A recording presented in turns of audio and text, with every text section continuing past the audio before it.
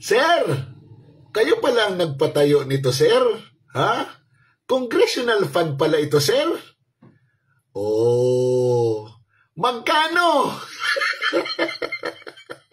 Magkano ba yung budget, sir? Magkano? 19 million ba? Totoo ba na 19 million? Ang galing naman, sir. Ang dami niyong pondo sa DPWH na pwede na kayong magpatayo kahit sa sidewalk para lang magkaroon ng project sa DPWH. Galing, sir, no? At ikaw, sir, pag makapanghamak ka, makapang-insulto, at makapagbintang kay Vice President, wagas, sir, eh.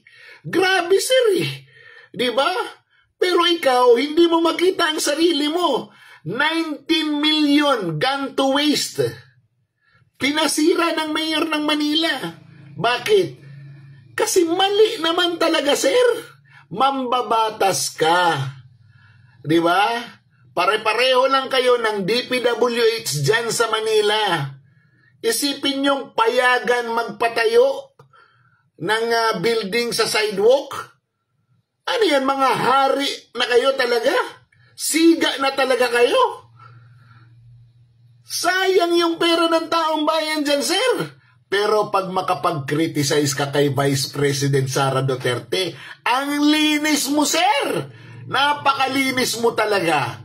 Parang wala kang bahid ng anomalya. Sir, huwag naman masyadong nagmamalinis. Huwag masyadong mag-akusa kung ikaw mismo may mga tinatagong katulad ng ganito. Malay natin, sir, isa pa lang ito sa mga nakikita ngayon.